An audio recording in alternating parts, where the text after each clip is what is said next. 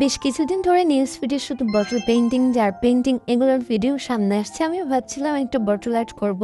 তার মধ্যে ক্রাফটের হ্যাপি আপুর এই বটল আর্টটা দেখলাম, আর এটা দেখার সাথেই আমার মনে হলো এটা আমার ট্রাই করতেই হবে। আমি অ্যাক্রিলিক কালারের সাথে সামান্য একটু হোয়াইট সিমেন্ট অ্যাড করেছিলাম, আর একটা লেয়ারের কালার অ্যাপ্লাই করার পরে সেটা ভালোভাবে শুকিয়ে যাওয়ার পরে আমি আর একটা লেয়ারের কালার অ্যাপ্লাই করেছি। এখানে স্পঞ্জের সাহায্যে আমি কালারটা অ্যাপ্লাই করে নিব।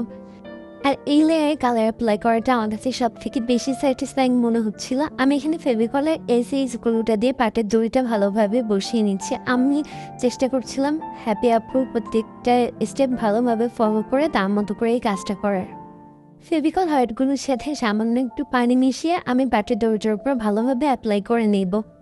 আর এই যে কাজ করতে করতে মনে হলো আমার এই ভাঙা চার ক্যান্ডেলটা একটু জ্বালিয়ে নেই। এই শিলগুলো গুছিয়ে রেখেছিলাম আমি এই বটল আর্টটা করার জন্য। আর এখানে আমি হট গ্লু দিয়ে আর শিলগুলো বসিয়ে নিব। আপুর বটলটা একটু রাউন্ড শেপের ছিল আর আমারটা একটু স্কোয়ার শেপ, এজন্য আমি আমার মতো করে এই শিলগুলো বসিয়ে নিচ্ছি। শিলের সাথে আমি এখানে কিছু ছোট বড় পার ইউজ করেছি, আর আমার কাছে কিছু স্টার ছিল, আমি সেগুলোও বসিয়ে দিয়েছি। আর এটা আমার করা প্রথম বটল আর্ট ছিল। আমি তো আমার কাজটা নিয়ে স্যাটিসফাই, আলহামদুলিল্লাহ। তোমাদের কাছে কেমন লাগছে অবশ্যই কমেন্ট করে জানাও। আল্লাহ হাফেজ।